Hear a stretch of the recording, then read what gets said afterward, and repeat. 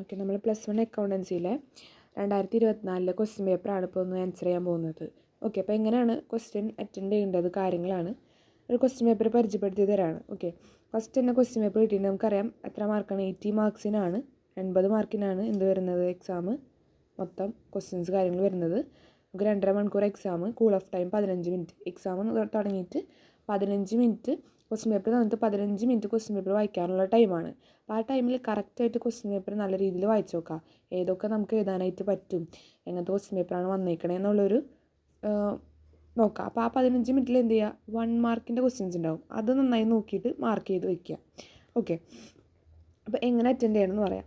ഇതിൽ നമുക്ക് കടക്കുമ്പോൾ കണ്ടില്ലേ 8 ക്വസ്റ്റ്യൻസ് ഉണ്ട്, ആൻസറിന് 8 എന്ന് പറഞ്ഞേക്കണം. 1 മാർക്കിൻ്റെ ക്വസ്റ്റ്യനാണ്.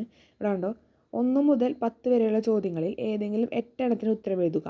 അപ്പോൾ 2 എണ്ണം നമുക്ക് എഴുതണ്ട. ഓക്കെ, 8 എണ്ണം എഴുതിയാൽ മതി. 10 ക്വസ്റ്റ്യൻസ് വന്നിട്ടുണ്ട് അല്ലേ. നോക്കുക ഏതാണെന്ന്, എങ്ങനെ വരുന്നതെന്ന് നോക്കാം. ഫസ്റ്റ് നോക്കുക, ഒരു ബിസിനസ്സിൻ്റെ ഹ്രസ്വകാല ആസ്തികളിൽ ഉൾപ്പെടുന്നത് ഏത്. അപ്പോൾ നിങ്ങൾക്കിപ്പോൾ മലയാളം വായിച്ചിട്ട് ചിലർക്ക് മലയാളത്തും ക്ലിയർ അല്ലെങ്കിൽ എന്ത് ചെയ്യുക, അവിടെ ഇംഗ്ലീഷും ഉണ്ട് അല്ലേ. അപ്പോൾ ഇംഗ്ലീഷ് ഒന്ന് വായിച്ച് നോക്കുക, എന്താ ഉദ്ദേശിക്കുന്നത്. Which one of the following is a current asset to a business. ഒരു ബിസിനസ്സിലെ കറണ്ട് അസറ്റ് ഏതാണ്, താഴെ തന്നിരിക്കുന്ന ഓപ്ഷനിൽ ഏതാണ് കറണ്ട് അസറ്റ് അഥവാ ഹ്രസ്വകാല ആസ്തികൾ. നോക്കി ഏതാണെന്നുള്ളത്. Building, debtor, trade mark, furniture. ഏതായിരിക്കും ഇവിടെ ഡെപ്റ്ററാണ് വരുന്നത്, ഹ്രസ്വകാല ആസ്തികൾ അഥവാ കറണ്ട് അസറ്റ് എന്ന് പറയുന്നത്. കാരണം ഈ പറയുന്ന ബാക്കിയുള്ള ബിൽഡിങ്, ഫർണിച്ചർ ഇത് ഫിക്സഡ് അസറ്റാണ് നമ്മുടെ, അല്ല ദീർഘകാലാസ്തിയാണ്. ട്രേഡ് മാർക്കും അതെ ദീർഘകാലാസ്തിയിലെ ഇൻടാഞ്ചിബിൾ ആയിട്ടുള്ള അസറ്റാണ് എന്ത്, ട്രേഡ് മാർക്ക് എന്ന് പറയുന്നത്. ഇവിടെ ഡെപ്റ്റർ മാത്രമേ ഉള്ളൂ എന്തെന്ന് പറയുന്നത്, കറണ്ട് അസറ്റ് എന്ന് പറയുന്നത്. കുറച്ച് നാളത്തേക്ക് ഹ്രസ്വകാല ആസ്തിയായിട്ട് നിൽക്കുന്നത് ഡെപ്റ്റേഴ്സാണ്. അപ്പോൾ ഡെപ്റ്ററാണ് ഫസ്റ്റത്തെ ഉത്തരം. ഓക്കെ, രണ്ടാമത്തേത് പറയുമ്പോൾ താഴെ നൽകിയിരിക്കുന്നവയിൽ നിന്നും അക്കൗണ്ടിങ് വിവരങ്ങളുടെ ആന്തരിക കക്ഷിയെ തിരഞ്ഞെടുക്കുക. ആന്തരിക കക്ഷികൾ എന്താണ് ഇംഗ്ലീഷിൽ പറയുകയാണെങ്കിൽ ഇൻറ്റേർണൽ യൂസേഴ്സ്, ഉള്ളിലുള്ള ഉപഭോക്താക്കൾ ആരാണ്, ഉള്ളിലത്തെ. നോക്കുകയാണെങ്കിൽ നോക്കിയേ തൊഴിലാളികൾ ഉത്തരം അല്ലേ. കാരണം നോക്കിയേ സർക്കാർ, ബാങ്കുകൾ, നിക്ഷേപകർ ഇവരൊക്കെ പുറത്തുള്ളവരാണ്, മനസ്സിലായില്ലേ. ഇവരൊക്കെ പുറത്തുള്ള എക്സ്റ്റേണൽ യൂസേഴ്സാണ്. പക്ഷേ തൊഴിലാളികൾ എന്താണ്, നമ്മൾ ഉള്ളിൽ തന്നെ വർക്ക് ചെയ്യുന്നവരാണല്ലേ. അപ്പോൾ അവരാണ് ആന്തരിക കക്ഷികൾ. അടുത്തത് പ്രഥമ രേഖപ്പെടുത്തൽ ബുക്കിൻ്റെ പേരെന്ത്. ഓക്കെ, പ്രഥമ രേഖപ്പെടുത്തൽ എന്താണ്, ആദ്യം നമ്മൾ ഏറ്റവും ഇമ്പോർട്ടൻ്റ് ആയിട്ട് രേഖപ്പെടുത്തുന്നത് ബിസിനസ്സിൽ ജേണലാണ്. ഓക്കെ, ജേണലാണ് രേഖപ്പെടുത്തുന്നത്. ഓക്കെ, പ്രഥമ രേഖപ്പെടുത്തൽ ബുക്കിൻ്റെ പേരെന്ന് പറയുമ്പോൾ എന്താണ്, ജേണലാണ്. അടുത്തത് ജേണൽ ഫോളിയോ കോളം ഉൾപ്പെടുത്തുന്നത് എവിടെ. ജേണൽ ഫോളിയോ എന്ന് നമ്മൾ JF എന്ന് ഇടുന്നത് വരയ്ക്കുമ്പോൾ, നമ്മൾ ഫോർമാറ്റ് വരയ്ക്കുമ്പോൾ ഓരോ ബുക്കൊക്കെ വരയ്ക്കുമ്പോൾ അതിൽ ഓരോ കോളം വരയ്ക്കാമല്ലോ ജേണൽ ഫോളിയോ. അങ്ങനെ ഉൾപ്പെടുത്തുന്ന ബുക്ക് ഏതാണെന്ന് ചോദിക്കുന്നത്. ഏതായിരിക്കും ജേണൽ ഫോളിയോ ഉൾപ്പെടുത്തുന്ന ബുക്ക്, ലെഡ്ജറാണ്. ഓക്കെ, ലെഡ്ജറിലാണ് നമ്മൾ ജേണൽ ഫോളിയോ, ലെഡ്ജറിൽ ജേണൽ ഫോളിയോ എന്ന് രേഖപ്പെടുത്തും. ജേണൽ വരയ്ക്കുമ്പോൾ നമ്മൾ ലെഡ്ജർ ഫോളിയോ എന്ന് രേഖപ്പെടുത്തും. നേരെ ഓപ്പോസിറ്റാണ് രേഖപ്പെടുത്തുന്നത്. ഓക്കെ, അപ്പോൾ ഇത് ലെഡ്ജറാണ്. അടുത്തത് സാധനങ്ങൾ, തീപിടുത്തം, മോഷണം എന്നിവയിലൂടെ നഷ്ടപ്പെടുന്നത് രേഖപ്പെടുത്തുന്ന ബുക്ക് ഏതാണ്. ജേണൽ പ്രോപ്പറാണ്. കാരണം ബാക്കി purchase book, purchase return book, sales book ഇവയൊക്കെ പർച്ചേസ് ബുക്കാണെങ്കിൽ ക്രെഡിറ്റ് പർച്ചേസസ് രേഖപ്പെടുത്തുന്ന ബുക്കാണ്. പർച്ചേസ് റിട്ടേൺ അത് തന്നെയാണ്, പർച്ചേസ് റിട്ടേൺ ചെയ്ത് രേഖപ്പെടുത്തുന്നത്. സെയിൽസ് ബുക്കാണെങ്കിൽ സെയിൽസ് ചെയ്തത്, ക്രെഡിറ്റ് സെയിൽസ് ആയിട്ട് നമ്മൾ വിറ്റത് രേഖപ്പെടുത്തുന്ന ബുക്കാണ്. അപ്പോൾ ഇവയിലൊന്നും ഈ പറഞ്ഞ ഇങ്ങനെ നടന്നിട്ടുണ്ടെങ്കിൽ, സാധനങ്ങൾ തീപിടുത്തം അഥവാ മോഷണം നടന്നിട്ടുണ്ടെങ്കിൽ രേഖപ്പെടുത്തില്ല. അങ്ങനെ വന്നത് രേഖപ്പെടുത്തുന്ന ബുക്കാണ് ഏത്, നമ്മുടെ ജേണൽ പ്രോപ്പർ എന്ന് പറയുന്നത്. ഏതാണ് journal proper. Okay, next machinery കടം വാങ്ങുന്നത് പർച്ചേസ് ബുക്കിൽ കാണിക്കുന്നു. ഇത് ഏതിന് ഉദാഹരണമാണ്. അതായത് ശരിക്കും മെഷീനറി വാങ്ങുന്നത് നമ്മൾ എവിടെ രേഖപ്പെടുത്താറ്, മെഷീനറി മേടിച്ചു കഴിഞ്ഞാൽ, മെഷീനറി മേടിച്ചു കടമായിട്ടാണ് മേടിച്ചത്, അപ്പോൾ നമ്മൾ എവിടെ രേഖപ്പെടുത്തുക, നമ്മൾ ശരിക്കും രേഖപ്പെടുത്തേണ്ടത് നമ്മുടെ അസറ്റ് ബുക്കിൽ. അല്ലെങ്കിൽ ഇത് വാങ്ങുമ്പോൾ നമ്മൾ എങ്ങനെ രേഖപ്പെടുത്താമെന്നറിയോ. അതായത് ഇത് നേരെ വാങ്ങിയത് എന്ത് പർച്ചേസ് ബുക്കിൽ കാണിച്ചു. പർച്ചേസ് ബുക്കിൽ നമ്മൾ കാണിക്കുന്നത് എന്താ, നമ്മൾ ക്രെഡിറ്റായിട്ട് കടമായിട്ട് മേടിച്ച സാധനങ്ങളാണ് പർച്ചേസ് ബുക്കിൽ കാണിക്കുക. അതുപോലെ പക്ഷേ മെഷീനറി ഇവിടെ നമ്മൾ ആസ്തികൾ കാണിക്കില്ല, നമ്മുടെ ആസ്തികൾ ആ ബുക്കിൽ കാണിക്കില്ല. ഓക്കെ, അപ്പോൾ ഇത് കാണിച്ചു എന്നാണ് പറഞ്ഞത്. അതായത് നമ്മുടെ തെറ്റായിട്ട് കാണിച്ചിരിക്കുകയാണ്. അപ്പോൾ ഇത് ഏത് തെറ്റ് പ്രകാരമാണ് കാണിച്ചിരിക്കുന്നതെന്ന് ചോദിച്ചിരിക്കുന്നത്. ഞാൻ എറർ എന്ന് പറഞ്ഞ ചാപ്റ്റർ ഉണ്ട്, ട്രയൽ ബാലൻസിൽ തന്നെ ഞാൻ പറഞ്ഞിട്ടുണ്ടായിരുന്നു. അപ്പോൾ അതിൽ 1 മാർക്കിനാണ് ഈ എററിൻ്റെ ചാപ്റ്റർ ചോദിക്കുന്നത്. അപ്പോൾ ഇതെന്ത് തെറ്റാന്ന് വെച്ച് കഴിഞ്ഞാൽ ത്വാത്വിക തെറ്റുകളാണ്, അല്ലെങ്കിൽ എറർ ഓഫ് പ്രിൻസിപ്പിൾസ് എന്ന് പറയും. അതായത് നമ്മൾ പറഞ്ഞിട്ടുണ്ട് നമ്മൾ അതാത് ബുക്കിൽ വേണം നമ്മൾ റെക്കോർഡ് ചെയ്യാനായിട്ട്. അപ്പോൾ പറയുന്ന പ്രിൻസിപ്പിൾ പ്രകാരമുള്ള തെറ്റാണ്. അപ്പോൾ ഉത്തരം എന്ന് പറയുന്നത് താത്വിക തെറ്റുകളാണ്. ഓക്കെ, അത് നേരേഖ രീതിയിൽ തേയ്മാന ചെലവിൻ്റെ തുക ഞാൻ പഠിപ്പിച്ചിട്ടുണ്ടായിരുന്നു. തേയ്മാനം അതിൽ 2 മെത്തേഡ് ഉണ്ട്, നേരേഖ രീതി ഉണ്ട് അല്ലെ, സ്ട്രെയിറ്റ് ലൈൻ മെത്തേഡും റിട്ടേൺ ഡൗൺ വാല്യൂ മെത്തേഡ് എന്ന് പറഞ്ഞ മെത്തേഡ് ഉണ്ട്. അപ്പോൾ നേരേഖ രീതിയിൽ സ്ട്രെയിറ്റ് ലൈൻ മെത്തേഡിൽ തേയ്മാന ചെലവിൻ്റെ തുക എങ്ങനെയായിരിക്കുന്നു, ഡിപ്രീസിയേഷൻ്റെ തുക എങ്ങനെ വരാം, ഏതായിരിക്കും? ബി, വിവിധ വർഷങ്ങളിൽ മാറ്റമുണ്ടാകില്ല. ഞാൻ പറഞ്ഞിട്ടുണ്ടായിരുന്നു 10,000 രൂപയാണ് തേയ്മാന ചെലവെങ്കിൽ സ്ട്രെയിറ്റ് ലൈൻ മെത്തേഡിൽ, ഇനി ഓരോ വർഷം കൂടുമ്പോൾ ഈ 10,000 വെച്ചിട്ടായിരിക്കും കുറയുന്നത്. അത് ഒറ്റ പ്രാവശ്യം കണ്ടാൽ മതി. അപ്പോൾ അവിടെ എന്തായിരിക്കും? ഫിക്സ്ഡ് ആയിരിക്കും, മാറില്ല, വിലയിൽ മാറ്റം ഉണ്ടാവില്ല വർഷങ്ങൾ തോറും. ഓക്കെ, ഇനി next final account which shows financial position of A business. എന്താണ് മലയാളം നോക്കുക. ഒരു ബിസിനസ്സിൻ്റെ സാമ്പത്തിക സ്ഥിതി കാണിക്കുന്ന വാർഷിക ധനകാര്യ രേഖ ഏതാണ്? ഞാൻ പറഞ്ഞിട്ടുണ്ടായിരുന്നു സാമ്പത്തിക സ്ഥിതി കാണിക്കുന്നത് ഏതാ? ബാലൻസ് ഷീറ്റാണ്. ബിസിനസ്സിൻ്റെ സാമ്പത്തിക നില അല്ലെങ്കിൽ സാമ്പത്തിക സ്ഥിതി കാണിക്കുന്നത് ഏതാണ്? ബാലൻസ് ഷീറ്റാണ്. അടുത്തത് മുൻകൂർ നൽകിയ ശമ്പളം എന്താണ് മുൻകൂർ നൽകിയ ശമ്പളം? ആസ്തിയാണോ, ബാധ്യതയാണോ, ചെലവാണോ, വരവാണോ? ഞാൻ പറഞ്ഞു നമ്മൾ മുൻകൂർ കൊടുത്തു, അഡ്വാൻസ് ആയിട്ട് കൊടുത്തു, പ്രീപെയ്ഡ് ആയിട്ട് കൊടുത്തു എന്നൊക്കെ പറയുമ്പോൾ അതിനർത്ഥം എന്താ? മുൻകൂർ ഓൾറെഡി കൊടുത്തു കഴിഞ്ഞു. അപ്പോൾ അതർത്ഥം നമ്മുടെ അസറ്റാണ്, അത് ആസ്തിയാണ് നമ്മുടെ മുൻകൂർ കൊടുത്തതൊക്കെ. ഇനി കൊടുക്കാനുള്ളതോ നമ്മുടെ ബാധ്യതയായിരിക്കും. ഓക്കെ, മുൻകൂർ കൊടുത്തത് നമ്മുടെ ആസ്തിയാണ്, കൊടുക്കാനുള്ളത് നമ്മുടെ ബാധ്യതയാണ്. ഓക്കെ, നെക്സ്റ്റ് മൂലധന പലിശ ബാലൻസ് ഷീറ്റിൽ ഉൾപ്പെടുന്നത്. ഓക്കെ, മൂലധന പലിശ നമ്മൾ ബാലൻസ് ഷീറ്റിൽ ഉൾപ്പെടുത്തുമ്പോൾ ഇൻട്രസ്റ്റ് ഓൺ ക്യാപിറ്റൽ ബാലൻസ് ഷീറ്റിൽ കാണിക്കുമ്പോൾ ഈ shown in the balance sheet എങ്ങനെ കാണിക്കേണ്ടതെന്ന് വെച്ചേക്കണേ. മൂലധന പലിശ എങ്ങനെ കാണിക്കേണ്ടത്? മൂലധനത്തോട് കൂടിച്ചേർത്ത് അഡീഷൻ. നമ്മൾ എന്താണ് ക്യാപിറ്റലിൻ്റെ കൂടെ കൂട്ടിയിട്ടാണ് എന്ത് കാണിക്കേണ്ടത്? ഇൻട്രസ്റ്റ് ഓൺ ക്യാപിറ്റൽ കാണിക്കാനായിട്ട്. ഓക്കെ, അപ്പോൾ ഇത്രയാണ് MCQ വേണ്ടില്ല. 10 വരും. ഇപ്പോൾ ഇതിൽ നിങ്ങൾക്ക് ചിലപ്പോൾ ഈ 10ാമത്തെയും അതുപോലെ തന്നെ ഈ 10ാമത്തെ ഇപ്പോൾ ഞാൻ പറഞ്ഞതിൽ 10ാമത്തെയും അതുപോലെ തന്നെ 6ാമത്തെയാണ് ഞാൻ ആ ചാപ്റ്റർ കറക്റ്റായിട്ട് മൊത്തത്തിൽ അങ്ങനെ പറഞ്ഞു തന്നിട്ടില്ല. ഓക്കെ, അപ്പോൾ അതുകൊണ്ട് അത് രണ്ടും സ്കിപ്പ് ചെയ്യാം. പക്ഷേ ബാക്കിയൊക്കെ വന്നത് എങ്ങനെയാണ്? പഠിച്ചതിൽ തന്നെയാണ്, അടിയില്ലേ? അപ്പോൾ ഇങ്ങനെ തന്നെയാവും ചോദിക്കുക. അപ്പോൾ 2 എഴുതാൻ പറ്റിയില്ലെങ്കിൽ അതായത് ഓപ്ഷൻ ആയിരിക്കും, അപ്പോൾ അത് വിട്ട് കളയാം, കുഴപ്പമില്ല. ബാക്കിയുള്ളതൊക്കെ ഞാൻ എക്സാമിന് പറഞ്ഞു തന്നതാണ് ചാപ്റ്റർ. ഓക്കെ, അപ്പോൾ അത്രയും ആണ് 1 വേർഡുകൾ വരുന്നത്. നെക്സ്റ്റ് നമുക്ക് അടുത്തത് 2 മാർക്കിൻ്റെ ചോദ്യമാണ്. 2 മാർക്കിൻ്റെ ചോദ്യങ്ങൾ കേട്ടോ, അത് നോക്കാം. ആദ്യത്തെ നോക്കാം, ഏതാ പറയുന്നത്? Name in 2 branches. അതിലെങ്ങനെയാണ് 2 മാർക്കിൻ്റെ ഏതെങ്കിലും 5 എഴുതാൻ, 6 തന്നിട്ട് 5 എഴുതാനാണ് പറഞ്ഞേക്കണേ. ഓക്കെ, എന്ന് നോക്കണേ, അക്കൗണ്ടിങ്ങിൻ്റെ ഏതെങ്കിലും 2 ഉപശാഖകളുടെ പേര് എഴുതുക. അതായത് അക്കൗണ്ടിങ് എന്ന് പറയുമ്പോൾ കുറേ ഉപശാഖകളുണ്ട്. അക്കൗണ്ടിങ്ങിന് 3 ഉപശാഖകളുണ്ട് അക്കൗണ്ടിങ്ങിന്. ഏതൊക്കെയാണ്? ഫിനാൻഷ്യൽ അക്കൗണ്ടിങ് എന്ന് പറയും, ഫിനാൻഷ്യൽ അക്കൗണ്ടിങ്. പിന്നെ കോസ്റ്റ് അക്കൗണ്ടിങ്, മൂന്നാമത്തതാണ് മാനേജ്മെൻറ്റ് അക്കൗണ്ടിങ്. ഓക്കെ, 3 ഉണ്ട്. അപ്പോൾ ഏതെങ്കിലും 2 എഴുതാനാണ് പറഞ്ഞത്. അപ്പോൾ ഏതെങ്കിലും 2 എഴുതി വയ്ക്കാം. ഓക്കെ, അക്കൗണ്ടിങ്ങിൻ്റെ ഏതെങ്കിലും 2 ഉപശാഖകളുടെ പേര് ഏതായിരുന്നു? ഒന്ന് ഫിനാൻഷ്യൽ അക്കൗണ്ടിങ്, പിന്നെ രണ്ടാമത് കോസ്റ്റ് അക്കൗണ്ടിങ് എഴുതി വയ്ക്കാം, കോസ്റ്റ് അക്കൗണ്ടിങ്. ഓക്കെ അല്ലേ? ഓക്കെ, അപ്പോൾ അതാണ് അതിൻ്റെ ഉത്തരം.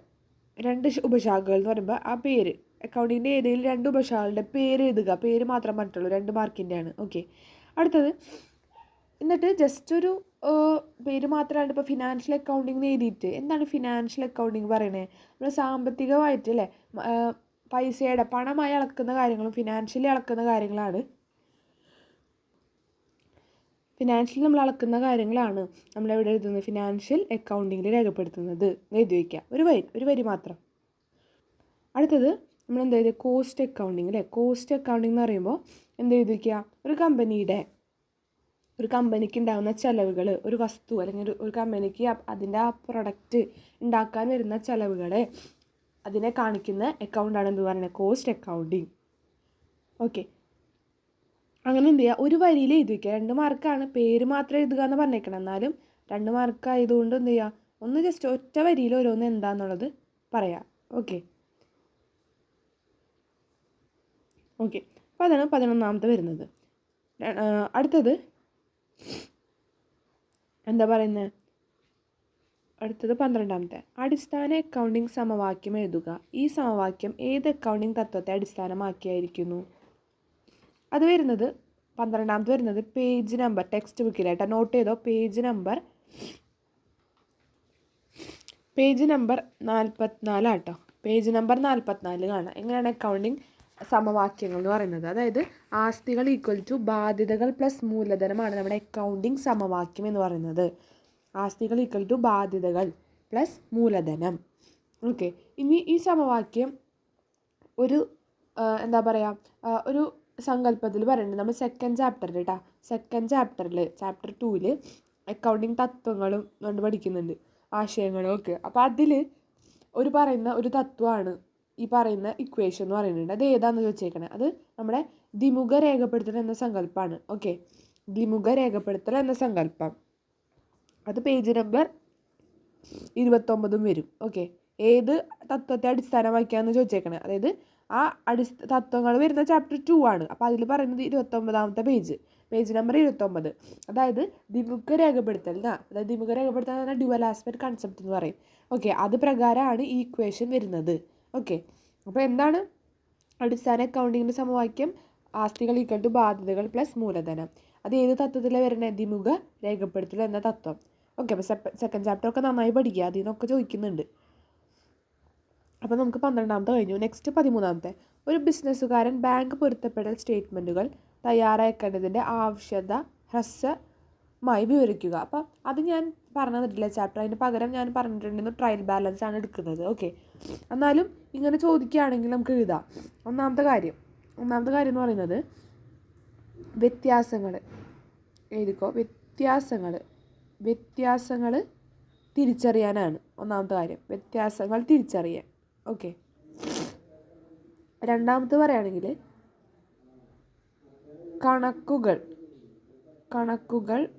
കണക്കുകളുടെ കൃത്യത ഉറപ്പാക്കാൻ. അപ്പോൾ ക്വസ്റ്റ്യൻ എന്താണ്? അതായത് ഒരു ബിസിനസ്സുകാരൻ എന്തിനാണ് ബാങ്ക് പൊരുത്തപ്പെടൽ സ്റ്റേറ്റ്മെൻറ്റ് തയ്യാറാക്കേണ്ടതിൻ്റെ ആവശ്യകത എന്തിനൊക്കെ ആയിരിക്കുന്നു? ഒന്നാമത്തെ കാര്യം പറയുന്നത് ബിസിനസ്മാൻ അത് തയ്യാറാക്കേണ്ടതെന്ന് വെച്ച് കഴിഞ്ഞാൽ നമുക്കറിയാം ഈ ബാങ്ക് പൊരുത്തപ്പെടൽ എന്താ ഉദ്ദേശിക്കുന്നതെന്ന് വെച്ചാൽ ബാങ്കിൻ്റെ പാസ്ബുക്ക് ഉണ്ട്, നമ്മുടെ ബിസിനസ്സിൽ നമ്മുടെ ക്യാഷ് ബുക്ക് ഉണ്ട്. അപ്പോൾ ബാങ്കായിട്ട് സംബന്ധിച്ച് കുറേ ഇടപാടുകൾ നടക്കുന്നുണ്ട്. അപ്പോൾ അതൊക്കെ നമ്മുടെ ക്യാഷ് ബുക്കിൽ നമ്മൾ രേഖപ്പെടുത്തിയിട്ടുണ്ട്. അപ്പോൾ ചില സമയത്ത് പാസ്ബുക്കിൽ അത് രേഖപ്പെടുത്താൻ വിട്ടുപോകും, ചില സമയത്ത് ക്യാഷ് ബുക്കിൽ രേഖപ്പെടുത്താൻ വിട്ടുപോകും. അപ്പോൾ അതിൽ വരുന്ന പൊരുത്തപ്പെടൽ, അതിൻ്റെ ആ മാറ്റങ്ങൾ ഏതൊക്കെയാണെന്ന് പറയുന്ന ചാപ്റ്ററാണ് ഈ ബാങ്ക് പൊരുത്തപ്പെടൽ സ്റ്റേറ്റ്മെൻറ്റ് എന്ന് പറയുന്നത്. അപ്പോൾ അതിൽ വ്യത്യാസങ്ങൾ കാര്യങ്ങളൊക്കെ വരും, അത് കണ്ടെത്തണം. അപ്പോൾ അതാണ് ഒന്നാമത്തെ നമ്മുടെ ആവശ്യം. ഒരു ബിസിനസ്സുകാരൻ്റെ ആവശ്യകത എന്താ? ഈ ബാങ്ക് പൊരുത്തപ്പെടൽ സ്റ്റേറ്റ്മെൻറ്റ് തയ്യാറാക്കേണ്ടത്. ഒന്നാമത് വ്യത്യാസങ്ങൾ തിരിച്ചറിയാൻ, രണ്ടാമത്തത് കണക്കുകളുടെ കൃത്യത ഉറപ്പാക്കാനായിട്ട്. കറക്റ്റ് അല്ലേ, ക്യാഷ് ബുക്കിൽ രേഖപ്പെടുത്തിയ പോലെ തന്നെ അല്ലേ പാസ്ബുക്കിൽ നമ്മൾ രേഖപ്പെടുത്തിയേക്കുന്നത് ഉറപ്പ് വരുത്താനായിട്ട്. ഓക്കെ, മൂന്നാമത്തത് ഒരു കാര്യം പറയുന്നുണ്ട്, എന്താണ്? പിഴവുകൾ കണ്ടെത്താനായിട്ട്. എന്തെങ്കിലും പിഴവ് ഉണ്ടെങ്കിൽ എന്ത് ചെയ്യാൻ പറ്റും? കണ്ടെത്താനായിട്ട് പറ്റും. ഓക്കെ, പിന്നെ ലാസ്റ്റ് പറയുന്നത് തട്ടിപ്പ്. നാലാമത്തെ പറയുന്നത് തട്ടിപ്പ് തടയാനായിട്ട്. ഓക്കെ, ഇതാണ് 4 കാര്യങ്ങൾ പറയുന്നത്. ഓക്കെ, ഒന്നാമത്തത് വ്യത്യാസങ്ങൾ തിരിച്ചറിയാൻ, രണ്ടാമത്തത് കണക്കുകൾ കൃത്യത ഉറപ്പാക്കാനായിട്ട്, മൂന്നാമത്തത് പിഴവുകൾ കണ്ടെത്താനായിട്ട്, നാലാമത്തത് തട്ടിപ്പ് തടയാനായിട്ട്. ഇത് 4 കാര്യങ്ങളാണ് ഒരു ബിസിനസ്സുകാരൻ ബാങ്ക് പൊരുത്തപ്പെട്ട സ്റ്റേറ്റ്മെൻറ്റുമായിട്ട് തയ്യാറാക്കേണ്ടതിൻ്റെ ആവശ്യകത എന്ന് പറയുന്നത്. ഓക്കെ, അപ്പോൾ ഇത് എഴുതി വയ്ക്കാം. നെക്സ്റ്റ് അടുത്ത ചോദ്യം നോക്കാം. നെക്സ്റ്റ് ചോദ്യം പറയുന്നത് എന്താണ്? ട്രയൽ ബാലൻസിൽ. ഓക്കെ, 14ാമത്തെ ചോദ്യം. ട്രയൽ ബാലൻസിൽ ഡെബിറ്റ് ബാലൻസായി ഉൾപ്പെടുത്തുന്ന ലെഡ്ജർ അക്കൗണ്ടുകൾ മാത്രം നൽകിയിരിക്കുന്ന പട്ടികയിൽ നിന്നും തിരഞ്ഞെടുത്ത് എഴുതുക. ഇതിൽ കുറച്ച് കാര്യങ്ങളാണ് ട്രയൽ ബാലൻസിൽ കാണിക്കേണ്ട കാര്യങ്ങളാണ് ഇതിൽ തന്നേക്കണേ. അതിൽ എന്ത് എഴുതണ്ടേ? Debit balance. ഇതിലേതിനൊക്കെയാണ് നമ്മൾ ഡെബിറ്റ് ചെയ്യേണ്ടത്, ആ ഡെബിറ്റ് ചെയ്യേണ്ടതിനെ മാത്രം എടുത്ത് എഴുതാനാണ് പറഞ്ഞേക്കണേ. ആദ്യം നോക്കാം, ഓപ്പണിംഗ് സ്റ്റോക്ക് എന്ന് പറയുന്നത് എന്താ? ആസ്തിയാണ് അല്ലേ. അപ്പോൾ അതിനെന്ത് ബാലൻസാണ്? ഡെബിറ്റ് ബാലൻസാണ്. അപ്പോൾ അത് എടുത്ത് എഴുതണം. ഓക്കെ, പർച്ചേസ് റിട്ടേൺ എന്താണ്? ക്രെഡിറ്റ് ബാലൻസാണ്. അതുകൊണ്ട് എന്ത് ചെയ്യേണ്ട? അത് എഴുതണ്ട. അടുത്തത് വാങ്ങൽ കടത്തുകൂലി എന്ന് പറയുന്നത് നമ്മുടെ ചിലവുകളാണ്. ചിലവുകൾക്ക് എപ്പോഴും ഡെബിറ്റ് ബാലൻസാണ്, അപ്പോൾ അത് കാണിക്കണം. അടുത്തത് കമ്മീഷൻ കിട്ടിയത്. കമ്മീഷൻ ഇങ്ങോട്ട് കിട്ടിയത്, അതായത് റവന്യൂ നമ്മുടെ വരുമാനമാണ്, അതിന് ക്രെഡിറ്റ് ബാലൻസ് ആണ്, അതുകൊണ്ട് അത് കാണിക്കേണ്ട. അടുത്തത് സെയിൽസ് റിട്ടേൺ. സെയിൽസ് റിട്ടേൺ എന്താണ്? നമുക്ക് ഇങ്ങോട്ട് തിരിച്ചു വരുന്നതാണ് അല്ലേ, അതിന് ഡെബിറ്റ് ബാലൻസ് ആണ്, അതുകൊണ്ട് അത് കാണിക്കണം. അടുത്തത് സ്ഥലവും കെട്ടിടങ്ങളും. എന്താണ്? ബിൽഡിങ്ങും മെഷീനറിയും കാര്യങ്ങളൊക്കെ എന്തായിരിക്കും? സ്ഥലവും ലാൻഡ് ബിൽഡിങ്ങൊക്കെ എന്താ നമ്മുടെ ആസ്തിയാണ് അല്ലേ, അപ്പോൾ ആസ്തികൾക്ക് എപ്പോഴും ഡെബിറ്റ് ബാലൻസ് തന്നെയാണ്, അപ്പോൾ അത് കാണിക്കണം. അപ്പോൾ ഇതിലെന്തൊക്കെയാണ് ട്രയൽ ബാലൻസിൽ ഡെബിറ്റ് ബാലൻസ് ആയിട്ട് ഉൾപ്പെടുത്തുന്ന ഐറ്റംസ്, അത് മാത്രം എഴുതാനാണ് പറഞ്ഞേക്കുന്നത്, അത് മാത്രം എഴുതിയാൽ മതി. ഓപ്പണിംഗ് സ്റ്റോക്ക് കാണിക്കും, പിന്നെ എന്താ കാണിക്കുന്നത്? നമ്മുടെ വാങ്ങൽ കടത്ത് കൂലി കാണിക്കും, സെയിൽസ് റിട്ടേൺ കാണിക്കും, സ്ഥലവും കെട്ടിടങ്ങളും കാണിക്കും. ഓക്കെ, അപ്പോൾ ഇതാണ് ട്രയൽ ബാലൻസിൽ ഉൾപ്പെടുത്തേണ്ട ഡെബിറ്റ് ബാലൻസ് ഉള്ള കാര്യങ്ങൾ. നെക്സ്റ്റ് നോക്കാം, എന്താ പറഞ്ഞേക്കണേ? സൂചനയെ അടിസ്ഥാനമാക്കി പട്ടിക പൂർത്തിയാക്കുക കേട്ടോ. ഇത് 15ാമത്തെ എന്താ പറയണേ? സൂചന എന്താണ്? ക്ലോസിങ് സ്റ്റോക്ക് എന്താണ്? ആസ്തിയാന്ന് പറഞ്ഞിട്ടുണ്ട് അല്ലേ, സ്റ്റോക്കാണ് അല്ലേ, ക്ലോസിങ് സ്റ്റോക്കാണ്. അപ്പോൾ സ്റ്റോക്ക് എന്ന് പറയുന്നത് നമ്മുടെ ആസ്തിയാണ്. ഓക്കെ, അതുപോലെ കുടിശ്ശിക ചെലവ്. ഓക്കെ, കുടിശ്ശിക ചെലവ് എന്ന് പറയുമ്പോൾ ഇംഗ്ലീഷിൽ എന്താ പറയുന്നത് നോക്കാം? Outstanding expenses. അതായത് നമ്മൾ കൊടുത്തിട്ടില്ല, കൊടുക്കാനുള്ള ചിലവാണ് അല്ലേ. അപ്പോൾ കൊടുക്കാനുള്ള ചിലവാണെങ്കിൽ നമ്മൾ എന്തായിരിക്കും? ബാധ്യതയായിരിക്കും, നമ്മുടെ ബാധ്യതയാണത്, ലയബിലിറ്റിയാണ്. കൊടുത്തിട്ടില്ല, കൊടുക്കണ്ട എന്തായാലും, അപ്പോൾ നമ്മുടെ ബാധ്യതയാണത്. അടുത്തത് കുടിശ്ശിക വരുമാനം അഥവാ എക്രൂഡ് ഇൻകം എന്നൊക്കെ പറയും. ഓക്കെ, കുടിശ്ശിക വരുമാനം എന്ന് പറഞ്ഞാൽ നമുക്ക് കിട്ടാനുള്ള വരുമാനമാണ്, പക്ഷെ അത് കിട്ടിയിട്ടില്ല. ഓക്കെ, കിട്ടാനുള്ള വരുമാനമാണ്, കിട്ടിയിട്ടില്ല. അപ്പോൾ കിട്ടാനുള്ളതാണെങ്കിൽ നമുക്കത് എന്തായിരിക്കും? നമ്മുടെ ആസ്തിയായിരിക്കും, നമ്മുടെ അസറ്റാണ്. ഓക്കെ അല്ലേ. നെക്സ്റ്റ് 16ാമത്തെ നോക്കാം. താഴെ നൽകിയിട്ടുള്ള ഇനങ്ങൾ ഒരു ബിസിനസ് സ്ഥാപനത്തിൻ്റെ ധനകാര്യ സ്റ്റേറ്റ്മെൻറ്റുകളിൽ എങ്ങനെ ഉൾപ്പെടുത്തുമെന്ന് പ്രസ്താവിക്കുക. അപ്പോൾ താഴെ തന്നിരിക്കുന്നതിൽ നമ്മുടെ എന്താ പറയുന്നത്, ബിസിനസ്സിൻ്റെ ഫിനാൻഷ്യൽ സ്റ്റേറ്റ്മെൻറ്റിൽ ഉൾപ്പെടുത്തുമ്പോൾ എങ്ങനെയാണ് കാണിക്കേണ്ടതെന്ന് ചോദിച്ചിരിക്കുന്നത്. എവിടെയൊക്കെ കാണിക്കണം, അതായത് ബാലൻസ് ഷീറ്റിൽ കാണിക്കണോ, പ്രോഫിറ്റ് ആൻഡ് ലോസിൽ കാണിക്കണമെന്ന് ഉദ്ദേശിക്കുന്നത്. ഓക്കെ, അതിൽ നോക്കാം എന്താ പറയുക? ട്രയൽ ബാലൻസിൽ ഉൾപ്പെടുത്തിയിട്ടുള്ള കിട്ടാക്കടം. കിട്ടാക്കടം എന്ന് പറയുമ്പോൾ ഇംഗ്ലീഷിൽ ബാഡ് ഡെപ്റ്റ് ആണ്. അപ്പോൾ ട്രയൽ ബാലൻസിൽ ഇൻക്ലൂഡ് ചെയ്തേക്കണേ ബാഡ് ഡെപ്റ്റ് എന്താ ചെയ്യണമെന്ന് ചോദിച്ചേക്കണേ. അപ്പോൾ അതെന്താ ചെയ്യേണ്ടതെന്ന് ചോദിച്ചേക്കണേ. അപ്പോൾ ട്രയൽ ബാലൻസിൽ നമുക്ക് ബാഡ് ഡെപ്റ്റ് എന്ന് തന്നിട്ടുണ്ടെങ്കിൽ അതിനർത്ഥം അത് ഓൾറെഡി നമ്മൾ എഴുതി വെച്ചിട്ടുള്ള എക്സ്പെൻസ് ആണ്. ഏതിൽ? അപ്പോൾ ഓൾറെഡി നമ്മൾ ബുക്സിൽ എഴുതിയതാണ്. അപ്പോൾ അത് ഞാൻ എവിടെ കാണിക്കണതെന്ന് വെച്ച് കഴിഞ്ഞാൽ പ്രോഫിറ്റ് ആൻഡ് ലോസ് അക്കൗണ്ടിൻ്റെ എക്സ്പെൻസ് ആയിട്ട് കാണിക്കണം. ഡെബിറ്റ് സൈഡിൽ എക്സ്പെൻസ് ആയിട്ടാണ് കാണിക്കേണ്ടത്. എവിടെയാണ്? പ്രോഫിറ്റ് ആൻഡ് ലോസിൻ്റെ ഡെബിറ്റ് സൈഡിൽ എക്സ്പെൻസ് ആയിട്ട് വേണം കാണിക്കാനായിട്ട്. രണ്ടാമത്തത് അഡ്ജസ്റ്റ്മെൻറ്റുകളിൽ ഉൾപ്പെടുത്തിയിട്ടുള്ള കിട്ടാക്കണം. നമുക്ക് ആദ്യം ട്രയൽ ബാലൻസിൻ്റെ ഉള്ളിൽ ബാഡ് ഡെപ്റ്റ് കൊണ്ട് തന്നു, അതിനെന്താ ചെയ്യേണ്ടത്? അതിനെ പ്രോഫിറ്റ് ആൻഡ് ലോസ് അക്കൗണ്ടിൽ നമ്മൾ എന്ത് ചെയ്യണം? ഡെബിറ്റ് ചെയ്യണം, അത് എക്സ്പെൻസ് ആണ് നമ്മുടെ. ഇനി അഡ്ജസ്റ്റ്മെൻറ്റുകൾ ഉൾപ്പെടുത്തിയിട്ടുള്ള കിട്ടാക്കണം എന്ന് പറയുമ്പോൾ നമുക്ക് ആ ബോക്സിൽ തന്നിട്ടില്ല, ട്രയൽ ബാലൻസിൽ തരാണ്ട് പുറത്ത് അധികം ഇൻഫോർമേഷൻ എന്ന് പറഞ്ഞിട്ട് നമുക്ക് തന്നതിൽ എന്ത് തന്നിട്ടുണ്ട്? ഈ ബാഡ് ഡെപ്റ്റ് കൊണ്ട് തന്നിട്ടുണ്ട്. അപ്പോൾ അതിനെന്ത് ചെയ്യണമെന്ന്, അത് നമ്മൾ ആദ്യം എന്താ ചെയ്യേണ്ടതെന്ന് വെച്ച് കഴിഞ്ഞാൽ പ്രോഫിറ്റ് ആൻഡ് ലോസിൽ നമ്മൾ എന്ത് ചെയ്യണം? ആദ്യം ചെയ്യേണ്ടത് അത് പ്രോഫിറ്റ് ആൻഡ് ലോസ് അക്കൗണ്ടിൽ നമ്മൾ എന്ത് ചെയ്യണം? ബാഡ് ഡെപ്റ്റ് എന്ന് പറഞ്ഞിട്ട് കാണിക്കണം. ബാഡ് ഡെപ്റ്റ് എന്ന് പറഞ്ഞിട്ട് അത് കാണിക്കണം. ഓക്കെ, ആഡ് ചെയ്തിട്ട് എന്ത് ചെയ്യണം? ബാഡ് ഡെപ്റ്റ് പ്രോഫിറ്റ് ആൻഡ് ലോസിൽ കാണിക്കണം. എന്നിട്ട് പിന്നെ ബാലൻസ് ഷീറ്റിൽ നമ്മൾ കാണിക്കണം. എന്ത് കാണിക്കണം? ഡെപ്റ്റേഴ്സിൻ്റെ ഒപ്പം ഡെപ്റ്റേഴ്സിൽ നിന്ന് എന്ത് ചെയ്യണം? ഡെപ്റ്റേഴ്സിൽ നിന്ന് ഈ പറഞ്ഞ ബാഡ് ഡെപ്റ്റ് കുറച്ചിട്ട് വേണം ഡെപ്റ്റേഴ്സ് കാണിക്കാനായിട്ട്. ഓക്കെ, അപ്പോൾ ഞാൻ ഒന്നുകൂടി പറയാം.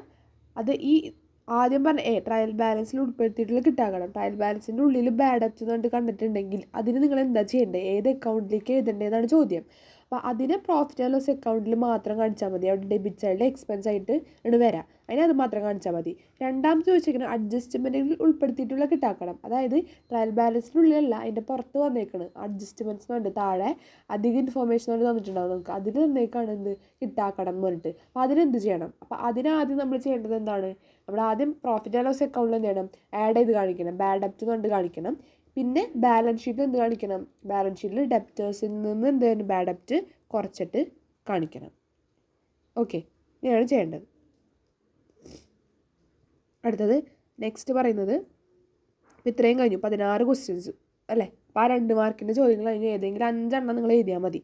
അടുത്തത് നമുക്ക് വരുന്നത് 17 മുതൽ 22 വരെയുള്ള ചോദ്യങ്ങളിൽ ഏതെങ്കിലും 5 എണ്ണത്തിന് ഉത്തരം എഴുതുക. ഓക്കെ, എന്താ പറയണേ? ഫസ്റ്റ്, ബിസിനസ്സിൻ്റെ കണക്ക് ബുക്കുകളിൽ ഉൾപ്പെടുത്താറുള്ള ഏതെങ്കിലും 3 ഇൻടാഞ്ചിബിൾ ആസ്തികളുടെ പേര് എഴുതുക. ഏതാണ് ഇൻടാഞ്ചിബിൾ? ബിസിനസ്സിൻ്റെ കണക്കിൽ ഉൾപ്പെടുത്താറുള്ള 3 ഇൻടാഞ്ചിബിൾ ആയിട്ടുള്ള അസറ്റുകൾ. ഇൻടാഞ്ചിബിൾ എന്ന് പറഞ്ഞാൽ നമുക്ക് കാണാൻ പറ്റില്ല, അദൃശ്യമാണ്, അല്ലെങ്കിൽ തൊടാൻ പറ്റില്ല. ഏതാ മെയിനായിട്ട് ഫസ്റ്റ് നിങ്ങൾ എഴുതേണ്ടത് ഗുഡ് വില്ലാണ്, അഥവാ സൽപ്പേര് എന്ന് പറയും. ഗുഡ് വില് അല്ലെങ്കിൽ സൽപ്പേര്. രണ്ടാമത്തെ കാര്യം copyright. Okay, goodwill, copyright. മൂന്നാമത്തെ കാര്യം പേറ്റൻറ്റ്. കുറേ ഉണ്ട്, അല്ലെങ്കിൽ ട്രേഡ് മാർക്ക് എന്നുണ്ട്, ട്രേഡ് മാർക്ക്. ഇതിലേതെങ്കിലും നിങ്ങൾക്ക് എഴുതാം. ഇതൊക്കെയാണ് നമ്മുടെ ഇൻടാഞ്ചിബിൾ ആയിട്ടുള്ള അസറ്റുകൾ. ആദ്യം എന്തായാലും നിങ്ങൾ ഗുഡ് വിൽ എഴുതിയിരിക്കണം. ഗുഡ് വിൽ ഇമ്പോർട്ടൻ്റ് ആണ്, മസ്റ്റാണ്. സൽപ്പേര് എന്ന് പറയും മലയാളത്തിൽ. ബാക്കിയൊക്കെ അങ്ങനെ തന്നെ, കോപ്പിറൈറ്റ്, പേറ്റൻറ്റ് അങ്ങനെ തന്നെയാണ് എഴുതാം. ഓക്കെ, നെക്സ്റ്റ് ഇതാണ് ഇതിൻ്റെ ആൻസർ വരുന്നത്. ഓക്കെ, അടുത്ത ചോദ്യം നോക്കാം. 18ാമത്തെ, നൽകിയിട്ടുള്ള ഉദാഹരണങ്ങളുമായി ബന്ധപ്പെട്ട് അക്കൗണ്ടിങ് തത്വങ്ങൾ, ആശയങ്ങൾ ഏതെന്ന് കണ്ടെത്തണം നമ്മൾ. ഓക്കെ, അപ്പോൾ അത് ചാപ്റ്റർ 2 ആണ് കേട്ടോ. ചാപ്റ്റർ 2 നന്നായി പഠിക്കുക, അതിൽ നിന്ന് ക്വസ്റ്റ്യൻസ് വരുന്നുണ്ട്. ഏതൊക്കെയാണ് പറയുന്ന തത്വങ്ങൾ?